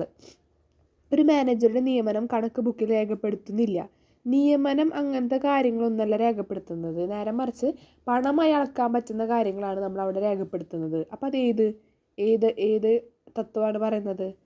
നമ്മുടെ മണി മെഷർമെൻറ്റ് കൺസെപ്റ്റ്. അതായത് പണത്താൽ അളക്കാൻ കഴിയുന്നത് മാത്രം നമ്മളവിടെ എന്തായുള്ളൂ, രേഖപ്പെടുത്താൻ പാടുള്ളൂ എന്ന് പറയുന്ന കൺസെപ്റ്റ് ഏതായിരുന്നു? പണം അളവുകോൽ എന്ന സങ്കല്പം. ഓക്കെ, അതാണ് ക്വസ്റ്റ്യൻ്റെ ഉത്തരമായിട്ട് വരുന്നത്. രണ്ടാമത്തെ, ആസ്തികളെ സാധാരണയായി വിപണി വിലയിൽ കാണിക്കാറില്ല. ഓക്കെ, അതിനെ പറയുന്നത് നമ്മൾ കോൾമുതൽ എന്ന സങ്കല്പമാണ്. കോൾമുതൽ, അതായത് ആസ്തികൾ നമ്മൾ എപ്പോഴും കാണിക്കുന്നത് വാങ്ങിച്ച വില പ്ലസ് എന്തെങ്കിലും ആ വിലയോടൊപ്പം വന്ന ചരക്ക് കൂലിയോ കയറ്റുകൂലി അങ്ങനത്തെ സംഭവങ്ങളൊക്കെ അതും കൂടി കൂട്ടിയിട്ടാണ് എന്ത് കാണിക്കേണ്ടത്? ആസ്തികളുടെ വില എപ്പോഴും കാണിക്കേണ്ടത്. ഇവിടെ പറഞ്ഞാൽ എന്താ? വിപണി വിലയിൽ കാണിക്കാറില്ല. അതിനർത്ഥം നമ്മൾ കാണിക്കേണ്ടത് എന്താ? യഥാർത്ഥ വില, അതിൻ്റെ ഒപ്പം നമുക്ക് എന്തൊക്കെ ചിലവുകൾ വന്നു, ചരക്ക് കൂലി, കയറ്റുകൂലി അങ്ങനെയൊക്കെ ആയിട്ട് വന്നെങ്കിൽ അതിനും കൂട്ടിയിട്ട് വേണം എഴുതാനായിട്ട്. അങ്ങനെ എഴുതുന്ന തത്വമാണ് ഏത്? കോൾമുതൽ എന്ന സങ്കല്പം. അപ്പോൾ ബിയുടെ ഉത്തരം എന്താണ്? കോൾമുതൽ എന്ന സങ്കല്പമാണ്. ഓക്കെ, നെക്സ്റ്റ് സി, സ്റ്റേഷനറി സാധനങ്ങൾ വാങ്ങിയത് ആസ്തിയായി പരിഗണിക്കാറില്ല. ചെറിയ സ്റ്റേഷനറി സാധനങ്ങൾ അങ്ങനത്തെ ഒക്കെ നമ്മൾ ആസ്തിയായിട്ട് ചെയ്യാൻ പറ്റില്ല, പരിഗണിക്കാറില്ല. അതെന്ത് സങ്കല്പമാണെന്ന് ചോദിച്ചേക്കണേ? അത് നമ്മുടെ മെറ്റീരിയാലിറ്റി കൺസെപ്റ്റാണ്. അതായത് പ്രസക്തി സാധൂകരിക്കുക എന്ന സങ്കല്പമാണ് വരാം. പ്രസക്തി സാധൂകരിക്കുക എന്ന സങ്കല്പം. ഓക്കെ, അപ്പോൾ എന്ന് പറയുന്നത് എന്തായിരുന്നു? നമ്മുടെ പണം അളവുകോൽ എന്ന സങ്കല്പം. രണ്ടാമത്തെ ബി പറയുന്നത് നമ്മുടെ ഇതാണ്, നമ്മുടെ കോൾമുതൽ എന്ന സങ്കല്പം. സി പറയുന്നത് നമ്മുടെ പ്രസക്തി സാധൂകരിക്കുക എന്ന സങ്കല്പം. ഓക്കെ, 19ാമത്തെ പറയുന്നത് നൽകിയിരിക്കുന്ന ഇടപാടുകളുടെ ജേണൽ എൻട്രികൾ എഴുതുക. ഈ പറഞ്ഞ ജേണൽ എൻട്രി നമ്മൾ എഴുതണം. ഓക്കെ, ജേണൽ എൻട്രികൾ ഏതൊക്കെയാണ്? ഓക്കെ, ആദ്യത്തെ എന്താ പറയുന്നത്? മോഹൻ 1,00,000 രൂപ പണമായും 30,000 രൂപ വിലയുള്ള ഫർണിച്ചറും കൊണ്ടുവന്ന് ബിസിനസ് ആരംഭിച്ചു. ശ്രദ്ധിക്കുക, ബിസിനസ് ആരംഭിച്ചു എന്ന് പറയുമ്പോൾ തന്നെ അവിടെ ക്യാപിറ്റലാണ് വരുന്നത്. ഓക്കെ, എന്താണ് ക്യാപിറ്റൽ? ഓക്കെ, ക്യാപിറ്റലാണ് വരുന്നത്. അപ്പോൾ എങ്ങനെയാണ് ക്യാപിറ്റൽ വന്നത്? എന്തൊക്കെ കൊണ്ടുവന്ന മോഹൻ? 1,00,000 രൂപ പണമായിട്ട് കൊണ്ടുവന്നു. പിന്നെ 30,000 രൂപയുടെ ഫർണിച്ചറായിട്ട് വന്നേക്കണേ. അപ്പോൾ നമ്മൾ ജേണൽ എൻട്രി എങ്ങനെ എഴുതുന്നതാണ് ചോദിച്ചേക്കണേ. ജേണൽ എൻട്രി എന്താ എഴുതുക? ക്യാഷായിട്ട് കൊണ്ടുവന്നു അല്ലേ? ക്യാഷായിട്ട് മാത്രമാണോ? അല്ല. അപ്പോൾ ക്യാഷ് അക്കൗണ്ട് ഡെപ്റ്റർ. ഓക്കെ, അത് എഴുതേണ്ടത് രീതി ഞാൻ പറഞ്ഞുതരാം. എങ്ങനെയാണ് നമ്മൾ എഴുതേണ്ടത്? Cash account debtor. പിന്നെ ക്യാഷ് മാത്രമാണ് ഒന്നല്ല, ഫർണിച്ചർ കൊണ്ടുവന്നു. അപ്പോൾ ഫർണിച്ചർ അക്കൗണ്ട് ഡെപ്റ്റർ ടു എന്താണ്? Capital account. മനസ്സിലായില്ലേ? ഇനി എമൗണ്ട് എത്രയാണ്? പണം കൊണ്ടുവന്നു 1,00,000 രൂപയ്ക്ക്. അപ്പോൾ 1,00,000 രൂപ. ഫർണിച്ചറോ 30,000 രൂപയ്ക്ക്. ഓക്കെ, അങ്ങനെ മൊത്തം ക്യാപിറ്റലായിട്ട് ടോട്ടൽ ചെയ്യുക. 1,00,000 പ്ലസ് 30,000 എത്ര? ക്യാപിറ്റലായിട്ട് എത്ര കിട്ടി നമുക്ക്? 1,30,000. അത് അങ്ങോട്ട് നീട്ടി എഴുതണം കേട്ടോ. 1,30,000 നമ്മൾ നീട്ടി എഴുതാം. ഓക്കെ, അപ്പം ഇങ്ങനെയാണ് എന്ത് വരിക? ജേണൽ എൻട്രി വരുന്നത്. Cash account debtor, furniture account debtor to capital account. Okay, ഇതാണ് ആദ്യത്തെ ജേണൽ എൻട്രി വരുന്നത്. ഓക്കെ, ഇനി രണ്ടാമത്തെ നോക്കാം. രണ്ടാമത്തെ എന്താ പറയണേ നോക്കാം. എന്താണ്? PNB ബാങ്കിൽ 10,000 രൂപ നിക്ഷേപിച്ച് അക്കൗണ്ട് തുടങ്ങി. ബാങ്കിൽ 10,000 രൂപ കയ്യിലുണ്ടായിരുന്ന 10,000 രൂപ എന്ത് ചെയ്തു? കയ്യിൽ നിന്ന് എടുത്തിട്ട് ബാങ്കിലേക്ക് ഇട്ടിട്ട് എന്ത് ചെയ്തു? നമ്മൾ അക്കൗണ്ട് ആരംഭിച്ചു. അപ്പം ബാങ്കിലേക്ക് ഇട്ടു അല്ലേ? അപ്പം എന്ത് വരും? ബാങ്ക് അക്കൗണ്ട് ഡെപ്റ്റർ ടു എന്താ? ക്യാഷ്. കയ്യിൽ നിന്ന് പൈസ പോയി മീൻസ് നമ്മളെ കയ്യിലുള്ള പൈസ എടുത്തിട്ട് ബാങ്കിലേക്ക് ഇട്ടു അല്ല, അക്കൗണ്ടിലേക്ക് ഇട്ടു. അപ്പോൾ bank account debtor to cash account വരും. എത്ര? നമ്മുടെ 10,000 രൂപ. 10,000 എന്ന് എഴുതാം. 10,000. ഓക്കെ, ഒരു കാര്യം കേട്ടോ, നരേഷന് എഴുതാൻ മറക്കരുത്. നരേഷന് ഇമ്പോർട്ടൻ്റ് ആണ്. ഞാൻ നേരത്തെ പറയാൻ പറഞ്ഞു ബ്രാക്കറ്റിലിടണം. എങ്ങനെ? ബാങ്ക് അക്കൗണ്ട് ആരംഭിച്ചു എന്നിട്ട് ആ ക്വസ്റ്റ്യൻ തന്നെ ചെറുതാക്കിയിട്ടൊന്ന് എഴുതണം. ആരംഭിച്ചു എന്നിട്ട് നരേഷന് എഴുതണം. നരേഷന് ഇമ്പോർട്ടൻ്റ് ആണ് ജേർണൽ എൻട്രിക്ക്. അത് എഴുതില്ലെങ്കിൽ മാർക്ക് പോകും. നേരത്തെ നമ്മൾ എഴുതിയപ്പോൾ ആ ഫസ്റ്റത്തെ ജേർണൽ എൻട്രിയുടെ നരേഷന് എന്താ എഴുതാം? ബിസിനസ് ആരംഭിച്ചു അങ്ങനെ എഴുതിയാൽ മതി. ബിസിനസ് ആരംഭിച്ചു ആദ്യത്തെ എൻ്റെ. ഓക്കെ, അപ്പോൾ ഇത് രണ്ടും കഴിഞ്ഞു. അടുത്തത് മോഡേൺ ട്രേഡേഴ്സിൽ നിന്നും കടമായി 20,000 രൂപയുടെ മെഷീനറി വാങ്ങി. കടമായിട്ട് മേടിച്ചു. അപ്പോൾ നമ്മൾ വാങ്ങിയെന്ന് പറയുമ്പോൾ അവിടെ എന്താ ഉണ്ടാവുക? പർച്ചേസസ് ആണ് ഉണ്ടാവുക. മേടിച്ചു. എങ്ങനെ മേടിച്ചത്? കടമായിട്ടാണ്. ആരെയിൽ നിന്നാണ്? 20,000 രൂപ കടം പറഞ്ഞേക്കണം. Modern traders. അപ്പോൾ purchases account debited to modern traders എന്നാണ് വരാം. Okay, purchases account debited to എന്താണ്? Modern traders. ഓക്കെ, ഇതിൻ്റെ ബ്രാക്കറ്റിൽ എന്ത് വരും? സാധനങ്ങൾ കടമായിട്ട് വാങ്ങി. സാധനങ്ങൾ കടമായി വാങ്ങി. ഇതാണ് എന്ത് വരാം? ജേർണലിൻ്റെ എൻട്രിയുടെ നരേഷനായിട്ട് വരാം. ഓക്കെ, അപ്പം 3 ജേർണൽ എൻട്രി ചോദിക്കുന്നുണ്ട്. അപ്പോൾ ജേർണൽ എൻട്രി നന്നായിട്ട് പഠിക്കുക. അപ്പോൾ ഇതാണ് 3 ചോദിക്കുന്ന ഉത്തരങ്ങൾ കേട്ടോ ജേർണൽ എൻട്രിയുടെ. അപ്പോൾ നമ്മുടെ 17, 18, 19 കഴിഞ്ഞു. നെക്സ്റ്റ് ട്രയൽ ബാലൻസ് തയ്യാറാക്കുന്നതിൻ്റെ ഉദ്ദേശങ്ങൾ ഹ്രസ്വമായി വിവരിക്കുക. അത് ഞാൻ പറഞ്ഞു തന്നിട്ടുണ്ടായിരുന്നു ട്രയൽ ബാലൻസിൻ്റെ ചാപ്റ്ററിലെ. ഞാനത് വോയിസ് ആയിട്ട് ഗ്രൂപ്പിൽ ഇട്ടിട്ടുണ്ടായിരുന്നു. അപ്പോൾ അത് നന്നായി നോക്കണം. ട്രയൽ ബാലൻസ് തയ്യാറാക്കുന്ന ഉദ്ദേശങ്ങൾ എന്തൊക്കെയാണെന്നുള്ളത്. ഓക്കെ, അത് പേജ് നമ്പർ 132 കേട്ടോ. ട്രയൽ ബാലൻസ് തയ്യാറാക്കുന്നതിൻ്റെ 132, പേജ് നമ്പർ 132 നോക്കാം. എന്തൊക്കെയാണ് ഉദ്ദേശങ്ങൾ? ലെഡ്ജർ അക്കൗണ്ടിൻ്റെ ഗണിതപരമായ കൃത്യത കണ്ടുപിടിക്കാനായിട്ട് തെറ്റുകൾ കണ്ടുപിടിക്കുന്നതിന് സഹായിക്കുന്നു. പിന്നെ ഫിനാൻഷ്യൽ സ്റ്റേറ്റ്മെൻറ്റ് തയ്യാറാക്കുന്നതിന് സഹായിക്കുന്നു. ഈ 3 ഉദ്ദേശങ്ങളുള്ളൂ. ഓക്കെ, അത് പേജ് നമ്പർ 132 കേട്ടോ. നോക്കിയിട്ട് അത് പഠിക്കുക. അടുത്തത് ആസ്തികളുടെ മൂലക്ഷയം കണക്കിലെടുക്കുന്നതിനുള്ള നേർരേഖ രീതിയും നീക്കിയിരിപ്പ് രീതിയും തമ്മിലുള്ള വ്യത്യാസങ്ങൾ. അത് തമ്മിലുള്ള വ്യത്യാസം ഏതാണ്?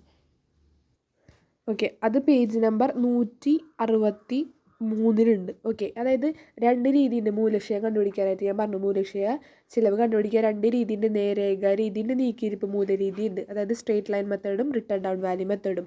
അവർ തമ്മിലുള്ള വ്യത്യാസം ഏതാണെന്ന് പറയുന്നത് അത് പേജ് നമ്പർ 163 അതിലൊരു 3 പോയിന്റ് പഠിക്കാം. ഓക്കെ, നെക്സ്റ്റ് ഇനി നമ്മൾ എന്ത് ചെയ്തു? അപ്പോൾ ആ സെക്ഷൻ കഴിഞ്ഞു. ഇനി 4 മാർക്കിൻ്റെ സെക്ഷനാണ്. 4 മാർക്കിൻ്റെ സെക്ഷൻ കിടക്കുമ്പോൾ എന്തൊക്കെയാണ് പറയുന്നത്? Explain the following accounting terms. ഈ പറയുന്ന അക്കൗണ്ടിങ് ടേംസ് എക്സ്പ്ലെയിൻ ചെയ്യാൻ. ഏതൊക്കെയാണ് പറഞ്ഞത്? ദീർഘകാല ആസ്തികൾ, ഫിക്സഡ് അസറ്റിനെ കുറിച്ച് എഴുതാൻ. എന്തൊക്കെയാണ് ദീർഘകാല ആസ്തികൾ? ദീർഘകാല ആസ്തികൾ എന്ന് പറയുമ്പോൾ എന്തായാലും ഒരുപാട് നാളത്തേക്ക് നിൽക്കുന്നതല്ലേ. ഒരു വർഷം അതിന് കൂടുതലായിട്ട് നമ്മൾ നിൽക്കുന്ന അസറ്റാണ് എന്ന് പറയുന്നത് ഫിക്സഡ് അസറ്റ് എന്ന് പറയുന്നത്. ദീർഘകാല ആസ്തികൾ നമ്മൾ ബിസിനസ്സിൽ ഉപയോഗിക്കാൻ വേണ്ടി വാങ്ങുന്നതാണ്. അല്ലാതെ നമ്മൾ ബിസിനസ്സിന് സാധനങ്ങൾ പോലെ വിൽക്കാനായിട്ടല്ല അല്ലേ. ഫസ്റ്റ് ചാപ്റ്ററിലുണ്ട്. ഫസ്റ്റ് ചാപ്റ്റർ ഇതൊക്കെ ഫസ്റ്റ് ചാപ്റ്റർ. ഇതാണ് നന്നായി വായിക്കുക ഫസ്റ്റ് ചാപ്റ്റർ. അതുപോലെ ഏതൊക്കെയാണ് ദീർഘകാല ആസ്തികൾ? മെഷീനറി, ലാൻഡ്, ബിൽഡിംഗ്, ഇതൊക്കെ എഴുതാം. ഫർണിച്ചർ. അപ്പോൾ ഉദാഹരണങ്ങളും വേണം എഴുതാനായിട്ട്. എന്താണ് ആദ്യം ദീർഘകാല ആസ്തി എന്ന് എഴുതാം. അതിനുശേഷം എന്ത് ചെയ്യുക? അതിന് ഉദാഹരണങ്ങൾ എഴുതാം. അടുത്തത് തൻചെലവ് അല്ലെങ്കിൽ ഡ്രോയിങ്സ് എന്ന് പറയും. ഡ്രോയിങ്സ് എന്ന് പറയുമ്പോൾ എന്താ? സ്വകാര്യ ആവശ്യത്തിനായിട്ട് ബിസിനസ്സിൽ നിന്നും പണം എടുത്തു കൊണ്ടുപോയതിനാണ് എന്ന് പറയുന്നത് സ്വകാര്യ എന്ന് പറയുന്നത് തൻചെലവ് എന്ന് പറയുന്നത്. ഓക്കെ, റവന്യൂ ചിലവുകൾ. എന്താ റവന്യൂ ചിലവുകൾ? ദൈനംദിനം ബിസിനസ്സിൽ ഉണ്ടാകുന്ന ചിലവുകളെയാണെന്ന് പറയുന്നത് റവന്യൂ ചിലവുകൾ എന്ന് പറയുന്നത്. അടുത്തത് ചരക്കുകൾ അല്ലെങ്കിൽ എന്താ? ഗുഡ്സ് അല്ലെ, ചരക്കുകൾ എന്ന് പറയും. അഥവാ നമ്മളെന്തെന്ന് പറയും? ഗുഡ്സ് എന്ന് പറയും. ഗുഡ്സ് എന്ന് പറഞ്ഞാൽ എന്താ? ബിസിനസ്സിലേക്ക് വിൽക്കാനായിട്ട് വാങ്ങുന്ന സാധനങ്ങളെയാണ് എന്ന് പറയുന്നത് ഗുഡ്സ് എന്ന് പറയുന്നത്. ഇതാണ് 23ാമത്തെ ആൻസേഴ്സ്. ഓക്കെ, ഫസ്റ്റ് ചാപ്റ്ററിലുണ്ട്. ഫസ്റ്റ് ചാപ്റ്റർ നന്നായി വായിക്കാം. അടുത്ത ക്വസ്റ്റ്യൻ, ക്യാഷ് ബുക്ക് എന്താണ്? ബിസിനസ്സുകാരൻ പരിപാലിക്കുന്ന ഏതെങ്കിലും 3 തരം ക്യാഷ് ബുക്കുകളെ കുറിച്ച് ഹ്രസ്വമായി വിശദീകരിക്കുക. ഇതേതാ ചാപ്റ്റർ വരുന്നത്? 4th ചാപ്റ്റർ വരുന്നത് cash book. Okay, 4th chapter നോക്കുക. അതിലെന്താണ് ക്യാഷ് ബുക്ക്? ബിസിനസ്സിലേക്ക് ലഭിക്കുന്നു പണമായിട്ട് ലഭിക്കുന്നതും പണമായിട്ട് നമ്മൾ ബിസിനസ് നൽകുന്നതുമായിട്ടുള്ള ഇടപാടുകൾ രേഖപ്പെടുത്തുന്ന ബുക്കാണ് ക്യാഷ് ബുക്ക് എന്ന് പറയുന്നത്. ഏതൊക്കെ? 3 തരം ക്യാഷ് ബുക്ക് ഉണ്ട്. ഏതാ? ഏകകോളം ക്യാഷ് ബുക്ക്, ഇരട്ടക്കോളം cash book, petty cash book. 3 തരം ക്യാഷ് ബുക്കാണ്. ഓരോന്നും എന്താണെന്ന് പറയാം. ഏകകോളം ക്യാഷ് ബുക്ക് എന്ന് പറയുമ്പോൾ നമ്മൾ ഏകകോളം ക്യാഷ് ബുക്കിൽ ഒരു തുകയുടെ കോളം ഉണ്ടായിരിക്കുള്ളൂ, ക്യാഷ് എന്ന് പറയുന്ന തുകയുടെ. ഇരട്ടക്കോളാണെങ്കിൽ 2 തുകയുടെ കോളം ഉണ്ടായിരിക്കും. ക്യാഷ് ആയിട്ട് കിട്ടിയതും ബാങ്കിലേക്കും കിട്ടിയതുമായിട്ട് 2 കോളമാണ് എന്ത് കാണിക്കുക? ഇരട്ടക്കോളത്തിൽ കാണിക്കുക. പെറ്റി ക്യാഷ് ബുക്ക് എന്ന് പറയുമ്പോൾ ബിസിനസ്സിൽ ഉണ്ടാകുന്ന ദൈനംദിന ചെറിയ ചെറിയ ചിലവുകൾ രേഖപ്പെടുത്തുന്ന ബുക്കാണെന്ന് പെറ്റി ക്യാഷ് ബുക്ക് എന്ന് പറയുന്നത്. ഇതാണ് 24ാമത്തെ ഉത്തരം. ചാപ്റ്റർ 4 കേട്ടോ. ക്യാഷ് ബുക്ക് വരുന്നത് ചാപ്റ്റർ 4 ആണ്. ഓക്കെ, അത് നോക്കാം. അടുത്തത്, ക്യാഷ് ബുക്ക്, പാസ്ബുക്ക്, ബാലൻസുകൾ തമ്മിലുള്ള വ്യത്യാസപ്പെടാനുള്ള ഏതെങ്കിലും 4 കാരണങ്ങൾ എഴുതുക. ഓക്കെ, അത് തമ്മിലുള്ള വ്യത്യാസം ക്യാഷ് ബുക്കും പാസ്ബുക്കാണ്. ഓക്കെ, അപ്പോൾ ഞാൻ പറഞ്ഞില്ല അത് നമുക്ക് അങ്ങനെ എടുത്തു തന്നിട്ടില്ല. അപ്പോൾ നമുക്ക് എന്ത് ചെയ്യേണ്ടത്, ഓപ്ഷനായിട്ട് വെക്കാം. ഇത് എന്ത് ചെയ്യേണ്ട, എഴുതണില്ല. ഓക്കെ, നെക്സ്റ്റ് 26 നോക്കാം. മൂലധന ചെലവുകളെ റവന്യൂ ചെലവുകളും തമ്മിലുള്ള വ്യത്യാസങ്ങൾ എന്താ? റവന്യൂ എക്സ്പെൻഡിച്ചർ അതുപോലെ തന്നെ ക്യാപിറ്റൽ എക്സ്പെൻഡിച്ചറുള്ള വ്യത്യാസം എന്താ? റവന്യൂ എന്ന് പറയുമ്പോൾ മൂലധന അഥവാ മൂലധന ചെലവ് എന്ന് പറയുമ്പോൾ ക്യാപിറ്റൽ എക്സ്പെൻഡിച്ചർ, റവന്യൂ എന്ന് പറയുമ്പോൾ എന്താ? നമ്മുടെ സാധാരണ റവന്യൂ എക്സ്പെൻഡിച്ചർ ചെലവുകൾ തന്നെ. അതായത് മൂലധന ചെലവ് എന്ന് പറയുമ്പോൾ നമ്മൾ നമ്മുടെ ദീർഘകാല ആസ്തികൾ വാങ്ങിക്കാനായിട്ട് നമുക്ക് ഉണ്ടാകുന്ന ചിലവാണ് മൂലധന ചെലവ്. റവന്യൂ ചെലവ് എന്ന് പറയുമ്പോൾ ദൈനംദിനം, ഒരു ബിസിനസ്സിൻ്റെ ദൈനംദിനം ഉണ്ടാകുന്ന ചിലവുകളാണ് റവന്യൂ ചെലവുകൾ. അപ്പം അത് എന്ത് ചെയ്യുക, അത് പഠിക്കുക. അത് ചാപ്റ്റർ 1 തന്നെ, ചാപ്റ്റർ 1 തന്നെ പറയുന്നുണ്ട്. ചാപ്റ്റർ 1 എന്ത് ചെയ്യുക, എന്തൊക്കെ മൂലധന ചെലവ്, എന്തൊക്കെയാണ് റവന്യൂ ചെലവുകൾ, അതിൻ്റെ ഡിഫറൻസ് പറയുന്നുണ്ട്. അത് പഠിക്കുക. അടുത്തത് നൽകിയിരിക്കുന്ന ഇനങ്ങളുടെ അഡ്ജസ്റ്റ്മെൻറ്റ് എൻട്രികൾ എഴുതുക. ഓക്കെ, അഡ്ജസ്റ്റ്മെൻറ്റ് എൻട്രികൾ ചെയ്യണേ. അതായത് ഫസ്റ്റ് മെഷീനറിയുടെ മൂല്യക്ഷയം, മെഷീനറിക്ക് മൂല്യക്ഷയം സംഭവിക്കുമ്പോൾ എന്താ ജേർണൽ എൻട്രി വരാം? അതായത് മെഷീനറിക്ക് മൂല്യക്ഷയം സംഭവിക്കുന്ന മെഷീനറി അക്കൗണ്ട്, മെഷീനറി എപ്പോഴും അസെറ്റാണ്, അപ്പോൾ അതിന് ഡെബിറ്റ് ബാലൻസാണ്. To depreciation account, depreciation account എന്ന് വരാം. ബ്രാക്കറ്റിൽ എന്താ, മെഷീനറിക്ക് മൂല്യക്ഷയം സംഭവിച്ചു അല്ലേ, മെഷീനറിയുടെ മൂല്യക്ഷയം എന്ന് എഴുതാം. നറേഷൻ, ഇതാണ് എന്ത് തന്നെ machinery account debit to depreciation account. Okay അല്ലേ? അടുത്തത് ഞാൻ പറയുമ്പോൾ എഴുതി വെച്ചോളൂ. അടുത്തത് രണ്ടാമത്തെ മുൻകൂർ വാടക നൽകിയത്. നമ്മൾ പറഞ്ഞു മുൻകൂർ നമ്മൾ നൽകിയതൊക്കെ നമുക്ക് എന്താണ്, നമ്മുടെ ആസ്തിയാണ് അല്ലേ. അപ്പോൾ ആസ്തികൾക്ക് എപ്പോഴും എന്താണ്, ഡെബിറ്റ് ബാലൻസ് ആണ് അല്ലേ. ആസ്തികൾക്ക് എപ്പോഴും ഡെബിറ്റ് ബാലൻസ് ആണ്. അപ്പോൾ മുൻകൂർ വാടക നൽകിയെന്ന് പറയുമ്പോൾ എന്ത് എഴുതണം, പ്രീപെയ്ഡ് റെൻ്റ് എന്നർത്ഥം. പ്രീപെയ്ഡ് എന്ന് പറഞ്ഞാൽ എന്താ, മുൻകൂർ നൽകിയത്. Account debtor to rent account, ഏതിരിക്കും റെൻ്റ് അടച്ചു കൊടുത്തു തീർത്തു, അതാണ് prepaid account debtor to rent account, ഇതാണ് വരാം. ഓക്കെ, ഞാൻ സി നോക്കാം. മുൻകൂട്ടി ലഭിച്ച കമ്മീഷൻ ഇങ്ങോട്ട് മുൻകൂട്ടി കിട്ടി. അപ്പോൾ കമ്മീഷൻ ഇങ്ങോട്ട് കിട്ടിയെന്ന് പറയുമ്പോൾ നമ്മുടെ വരുമാനമാണല്ലോ, അത് ഇങ്ങോട്ട് കിട്ടിയതാണ്. അപ്പോൾ എന്ത് വരും, കമ്മീഷൻ അക്കൗണ്ടിന് നമ്മൾ ആദ്യം ഡെബിറ്റ് ചെയ്യും. Commission account debtor to commission received in advance, മുൻകൂട്ടി കിട്ടിയത്. ബ്രാക്കറ്റിൽ എന്ത് ചെയ്താൽ, മുൻകൂട്ടി കമ്മീഷൻ ലഭിച്ചു എന്നിട്ട് എഴുതാം ബ്രാക്കറ്റിൽ, നരേഷൻ എന്ന് പറയും. ഓക്കെ, നെക്സ്റ്റ് നോക്കാം. എന്താ ലാസ്റ്റത്തെ 4ാമത്തെ പറഞ്ഞാൽ അൺഎക്സ്പയർഡ് ഇൻഷുറൻസ്. ഇൻഷുറൻസ് കാലാവധി കഴിയാത്ത ഇൻഷുറൻസ് തുക, കാലാവധി കഴിഞ്ഞിട്ടില്ല. അപ്പോൾ നമ്മൾ അതിന് വരെ മുൻകൂട്ടി നമ്മൾ അടച്ച പോലെ കാലാവധി കഴിഞ്ഞിട്ടില്ല ഇൻഷുറൻസിൻ്റെ. അപ്പോൾ നമ്മൾ എന്ത് ചെയ്യുക, prepaid insurance account debtor to എന്താ വരാ, ഇൻഷുറൻസ് അക്കൗണ്ട്, ഇതാണ് വരാം. Prepaid insurance account debtor to insurance account. Okay, അടുത്തത് ഇത്രയാണ് അതിൽ ചോദിക്കുന്നത്. അപ്പം 4ാമത്തെ സെക്ഷൻ്റെ കഴിഞ്ഞു. ഇനി നെക്സ്റ്റ് എന്താ, 5ാമത്തെ സെക്ഷൻ്റെയാണ്, 5ാമത്തെ മാർക്കിൻ്റെ. ഓക്കെ, 5ാമത്തെ മാർക്കിൻ്റെ അടിയിൽ 3 തന്നു നമുക്ക്. 5ാമത്തെ മാർക്കിൻ്റെ നൽകിയിരിക്കുന്ന അക്കൗണ്ടിങ് ആശയങ്ങളും തത്വങ്ങളുടെ ലഘു കുറിപ്പ് തയ്യാറാക്കുക. 28ാമത്തെ കേട്ടോ. ഏതൊക്കെയാണ് അക്കൗണ്ടിങ് കാലയളവ് സങ്കല്പം. കാരണം എന്താ, അക്കൗണ്ടിങ്ങിൽ നമുക്ക് എന്തുണ്ട്, ഒരു കാലയളവ് ഉണ്ട് അല്ലേ. അതായത് ചിലപ്പോൾ ചില ബിസിനസ് വർഷങ്ങളിൽ ബുക്സ് അക്കൗണ്ട്സ് തയ്യാറാക്കും, ചിലർ മാസങ്ങളിലായിരിക്കും, ചിലർ ക്വാർട്ടർലി അങ്ങനെ തയ്യാറാക്കുന്ന ബുക്കാണ്. ചാപ്റ്റർ 2 കേട്ടോ. ചാപ്റ്റർ 2 നന്നായി നോക്കാം. ചാപ്റ്റർ 2 ഓരോ തത്വങ്ങൾ ഏതാണെന്ന് നോക്കാം. അതാണ് ചോദിച്ചേക്കുന്നത്. ഓരോന്നിനും വിശദീകരിക്കുക. അപ്പോൾ ഓരോന്നും 2 ലൈൻ വെച്ചിട്ട് എഴുതാം, അല്ലെങ്കിൽ ഓരോ ലൈൻ വെച്ചിട്ട് സെൻറ്റൻസ് വെച്ച് കൊടുക്കുക. അക്കൗണ്ടിങ് കാലയളവ് എന്താണ്, സമ്പൂർണ്ണ വെളിപ്പെടുത്തൽ സങ്കല്പം, സ്ഥിരത നിലനിർത്തൽ സങ്കല്പം, കരുതലെടുക്കൽ സങ്കല്പം, സമീകരിക്കൽ സങ്കല്പം. ഓക്കെ, ഓരോന്നും എന്താണെന്ന് നോക്കാം ചാപ്റ്റർ 2. പിന്നെ 29ാമത്തെ പാസ്ബുക്കിൽ നമ്മൾ ഈ കാര്യം എന്ത് ചെയ്യാം, നമുക്ക് പേജ് നമ്പർ ബാങ്ക് പൊരുത്തപ്പെട്ട സ്റ്റേറ്റ്മെൻറ്റിലാണ്. ഓക്കെ, അതിൻ്റെ ഒരു വോയിസ് ഞാനിപ്പോൾ ജസ്റ്റ് ഇട്ടിരുന്നുണ്ട് എങ്ങനെയാണ് ചെയ്യേണ്ടതെന്നുള്ളത് കേട്ടോ. വോയിസ് മാത്രമായിട്ട് ഗ്രൂപ്പിൽ. അത് 30ാമത്തെ നോക്കാം. എന്താ, തന്നിരിക്കുന്ന ലെഡ്ജർ അക്കൗണ്ട് ബാലൻസുകൾ വെച്ചിട്ട് എന്ത് ചെയ്യുക, ഒരു ട്രയൽ ബാലൻസ് തയ്യാറാക്കണം. ട്രയൽ ബാലൻസ് തയ്യാറാക്കുമ്പോൾ ഫോർമാറ്റ് എന്താണ് നമുക്കറിയാം. എന്താണ്, അക്കൗണ്ടിൻ്റെ പേര്, ഓക്കെ, അക്കൗണ്ടുകളുടെ പേര്, അതുപോലെ തന്നെ എന്താണ് ഡെബിറ്റ് ബാലൻസും, ഇവിടെ ഡെബിറ്റ് ബാലൻസും ക്രെഡിറ്റ് ബാലൻസും, ഇങ്ങനെയാണ് ചെയ്യേണ്ടത്. ഓക്കെ, അപ്പോൾ ഇതിൽ രേഖപ്പെടുത്തേണ്ട ഏതൊക്കെ ഡെബിറ്റ് ബാലൻസായി വരുന്നത്, ക്രെഡിറ്റ് ബാലൻസ് ആയിട്ട് വരുന്നത് എന്നുള്ളതാണ് നമ്മൾ ആദ്യം നോട്ട് ചെയ്യേണ്ടത്. ഓക്കെ, നോക്കുക. പർച്ചേസസിന് എന്ത് ബാലൻസാണ്, ഡെബിറ്റ് ബാലൻസ് ആണ്. കാരണം എന്താണ്, എക്സ്പെൻസസ് ആണ് അല്ലേ. ക്യാഷിന് എന്താണ്, നമ്മുടെ ആസ്തിയാണ്, ഡെബിറ്റ് ബാലൻസ് ആണ്. ഓപ്പണിംഗ് സ്റ്റോക്ക് എന്താണ്, നമ്മുടെ ആസ്തിയാണ്, ഡെബിറ്റ് ബാലൻസ് ആണ്. സെയിൽസിന് എന്താണ്, സെയിൽസ് നമുക്ക് റവന്യൂ ആണ്, അതുകൊണ്ട് ക്രെഡിറ്റ് ബാലൻസ് ആണ്. മൂലധനത്തിന് എന്താണ്, ക്രെഡിറ്റ് ബാലൻസ് തന്നെയാണ്. ഡെപ്റ്റേഴ്സ് എന്താണ് നമ്മുടെ ആസ്തിയാണ്, അതിന് ഡെബിറ്റ് ബാലൻസ് ആണ്. ഓക്കെ, മെഷീനറിക്ക് എന്താണ് നമ്മുടെ ആസ്തിയാണ്, ഡെബിറ്റ് ബാലൻസ് ആണ്. അടുത്ത ശമ്പളം നമ്മൾ കൊടുക്കുന്നത് നമ്മുടെ എക്സ്പെൻസ് ആയതുകൊണ്ട് എന്താണ് ഡെബിറ്റ് ബാലൻസ് ആണ്. പർച്ചേസ് റിട്ടേൺ എന്താണ് ക്രെഡിറ്റ് ബാലൻസ് ആണ്. വാങ്ങൽ കടത്തുകൂലി ക്യാരേജ് ഇൻവേർഡ് എന്നൊക്കെ പറയും. അപ്പോൾ അതിനെന്താ നമ്മുടെ എക്സ്പെൻസ് ആണ്, അത് എക്സ്പെൻസിന് എന്ത് ബാലൻസാണ്, ഡെബിറ്റ് ബാലൻസ് ആണ്. അപ്പോൾ നമ്മൾ ഡെബിറ്റ് ബാലൻസ് അതിനെ കണ്ടുപിടിച്ചിട്ട് ഡെബിറ്റ് സൈഡിലേക്ക് എഴുതുക, എമൗണ്ടുകൾ എഴുതുക. ക്രെഡിറ്റ് സൈഡിലേക്ക് എഴുതിയത് ക്രെഡിറ്റ് സൈഡിലേക്ക് എടുത്ത് എഴുതുക. എന്നിട്ട് എന്ത് ചെയ്യുക, ഓരോ കോളം കൂട്ടുക. കോളം കൂട്ടുമ്പോൾ നമുക്ക് എന്ത് കിട്ടണം, തുല്യമായിട്ടുള്ള എമൗണ്ട് കിട്ടണം. അതാണ് ട്രയൽ ബാലൻസ് എന്ന് പറയുന്നത്. ഓക്കെ, ഇങ്ങനെയാണ് ഇത് കാണാം. അപ്പോൾ നമ്മൾ അതും കഴിഞ്ഞു. ഇനി ഇത് നമുക്ക് അറ്റൻഡ് ചെയ്യണം. ഞാൻ എടുത്തു തന്നിട്ടില്ല മൂലക്ഷയം, അത് വേണ്ട. അതിന് പകരം ഞാൻ ബാങ്ക് റീകൺസിലേഷൻ്റെ ഒരു വോയിസ് ആയിട്ട് ഇടാം. ബാങ്ക് റീകൺസിലേഷൻ അറിയുന്നത് ഞാനത് വോയിസ് ആയിട്ട് ഇട്ടുതരാം. ഓക്കെ, നെക്സ്റ്റ് നമുക്ക് എന്ത് ചെയ്യാം, 8 മാർക്കിൻ്റെ ചോദ്യം കണ്ടില്ലേ. 8 മാർക്കിൻ്റെ 3 ചോദ്യങ്ങളാണ് നമുക്ക് വരാം. 3 ചോദ്യങ്ങൾ, അതിൽ 2 എണ്ണം എഴുതാനായിട്ട്. ഇപ്പോൾ ചോദിച്ചിട്ടുണ്ട് തിയറി, ഒരു തിയറി ചോദിക്കുന്നുണ്ട്. തിയറി പഠിച്ച് വയ്ക്കുക. ഹൈറാഷൻ ചോദിച്ചിരിക്കുന്നത് ജേർണൽ എന്താണ്, explain different parts of journal എന്ന്. അത് വരുന്നത് പേജ് നമ്പർ, ജേർണൽ എന്ന് വരുന്നത് 3rd ചാപ്റ്ററിലാണ് ആയിട്ടാണ് വരുന്നത്. അപ്പോൾ പേജ് നമ്പർ 56, പേജ് നമ്പർ 56, 57 നന്നായി പഠിക്കാം. ഓക്കെ, ഇപ്പോൾ ഇത് 8 മാർക്കിന് ചോദിച്ചു. പക്ഷേ ഇനി ചിലപ്പോൾ ഇത് ഇപ്രാവശ്യം എന്ത് ചെയ്യുക, 5 മാർക്കിനോ ഒക്കെ ചോദിക്കാം. അപ്പോൾ ജേർണൽ എന്താണ്, അതിൻ്റെ explain different parts of journal എന്നുണ്ട്. പേജ് നമ്പർ 56, 57 ഓക്കെ, അപ്പോൾ തിയറി വായിച്ചു നോക്കാം. അടുത്ത ഡബിൾ കോളം ക്യാഷ് ബുക്ക്. എങ്ങനെ ഡബിൾ കോളം ക്യാഷ് ബുക്ക് തയ്യാറാക്കുക, ഫോർമാറ്റ് എങ്ങനെയായിരുന്നു നമുക്കറിയാം. ഡേറ്റ് ഉണ്ട്, ഡേറ്റ്, പിന്നെ എന്ത് ചെയ്യുക, പർട്ടിക്കുലേഴ്സ് അല്ലേ, പർട്ടിക്കുലേഴ്സ്.